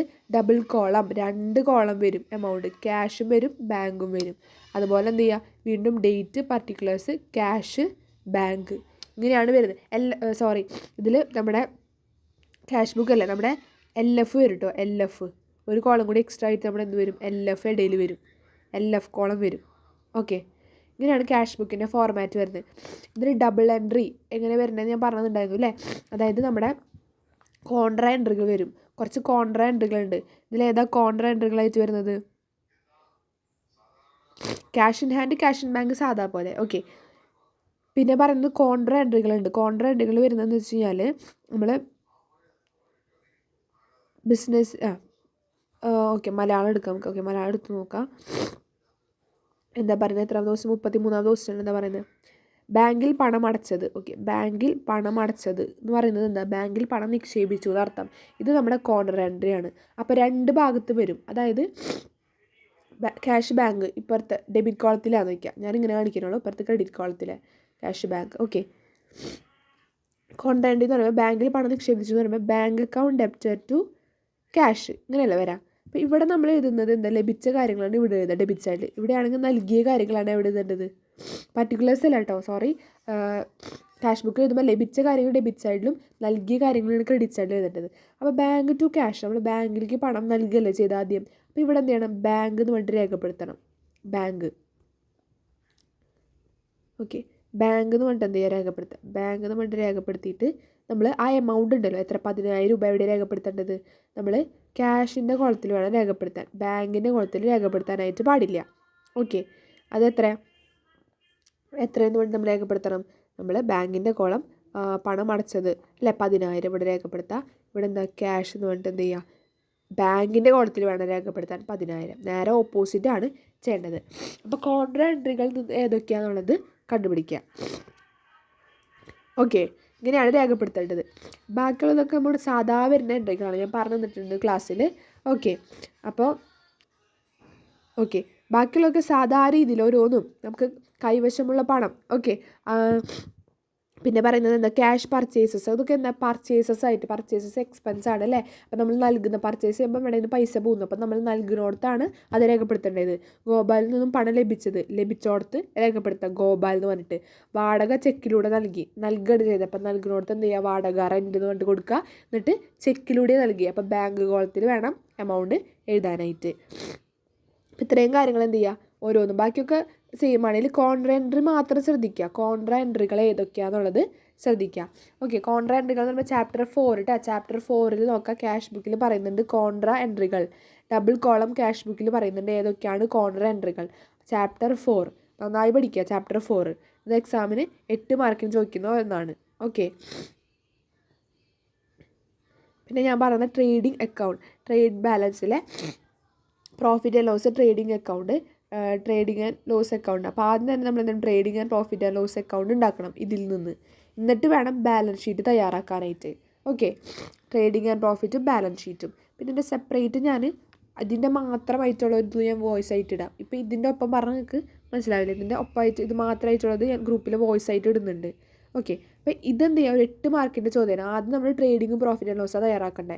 അത് ട്രേഡിംഗ് അക്കൗണ്ടിൽ വരുന്ന കാര്യങ്ങൾ ഫസ്റ്റ് ഏതാ, നമ്മുടെ ഓപ്പണിംഗ് സ്റ്റോക്ക് വരും അല്ലേ. ഓപ്പണിംഗ് സ്റ്റോക്ക് എഴുതണം ട്രേഡിങ്ങിൽ. പിന്നെ എന്താ, പർച്ചേസസ് എഴുതണം. ഞാൻ പറഞ്ഞു പർച്ചേസസ് ഉണ്ടെങ്കിൽ പർച്ചേസ് റിട്ടേൺ ഉണ്ടോ എന്ന് നോക്കാൻ പറഞ്ഞിട്ടുണ്ടായിരുന്നു. ഓക്കെ, ക്വസ്റ്റ്യനിൽ നോക്കാം. പർച്ചേസ് റിട്ടേൺ തന്നിട്ടില്ല, അപ്പോൾ എഴുതണ്ട. പിന്നെ ഇതൊക്കെ വരാം. പിന്നെ വേജസ് വരും ട്രേഡിങ്ങിൽ. ഓക്കെ, വേജസ് വരും. പിന്നെ എന്താ, പിന്നെ ഒന്നും വരില്ല, ഒന്നും പറഞ്ഞിട്ടില്ല. ഓക്കെ, പിന്നെ ഇത് ട്രേഡിങ്ങിൻ്റെ ഡെബിറ്റ് സൈഡിൽ വരുന്ന കാര്യങ്ങളാണ്. ക്രെഡിറ്റ് സൈഡിലാണെങ്കിൽ എന്തൊക്കെ വരാം, സെയിൽസ് വരും. സെയിൽസ് നോക്കാം, സെയിൽസ് ഉണ്ട്, സെയിൽസ് വരും. പിന്നെ വരുന്നത് നമ്മുടെ ക്ലോസിംഗ് സ്റ്റോക്കാണ് വരുന്നത്. ക്ലോസിംഗ് സ്റ്റോക്ക് ഇതിൽ വന്നിട്ടുണ്ട് അഡീഷണൽ ഇൻഫോർമേഷനിൽ അതും വരും. ഓക്കെ, അപ്പോൾ ട്രേഡിംഗ് അക്കൗണ്ട് കഴിഞ്ഞു. അപ്പോൾ ട്രേഡിംഗ് അക്കൗണ്ടിൽ നമുക്ക് കിട്ടുന്നത് എന്താണ്, ഗ്രോസ് പ്രോഫിറ്റാണ് ട്രേഡിംഗ് അക്കൗണ്ടിൽ നിന്ന് കിട്ടുന്നത്. Gross profit. ഓക്കെ, ഗ്രോസ് പ്രോഫിറ്റാണ് നമുക്ക് ട്രേഡിംഗ് അക്കൗണ്ടിൽ നിന്ന് കിട്ടുന്നത്.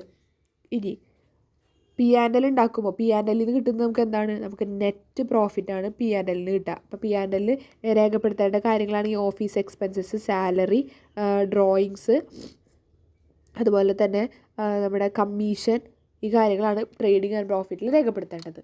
ഓക്കെ, അപ്പോൾ ഇതിൻ്റെ ഒരു വോയിസ് ആയിട്ട് ഞാൻ അതിനെ മാത്രമായിട്ട് ഇടുന്നുണ്ട്. അപ്പോൾ ഇങ്ങനെയാണ് നമ്മൾ ക്വസ്റ്റ്യൻ പേപ്പർ അറ്റൻഡ് ചെയ്യുന്നത്. വേണമെങ്കിൽ വലിയ മാർക്കിൻ്റെ ആദ്യം നിങ്ങൾക്ക് അറ്റൻഡ് ചെയ്യാം.